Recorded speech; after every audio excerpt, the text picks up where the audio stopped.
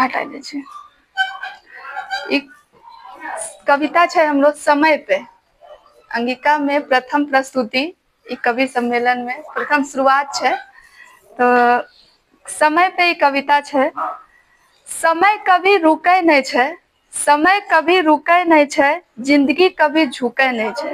समय कभी रुकै नहीं है।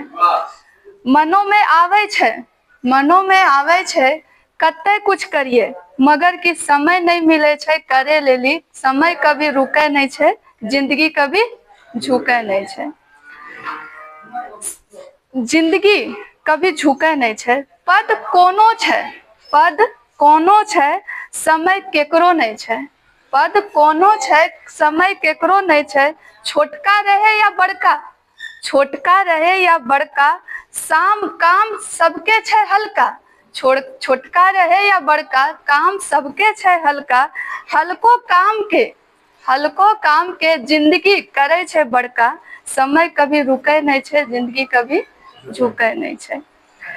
समय पैसा कुछ होय नहीं है, समय के साथ पैसा कुछ होय नहीं है।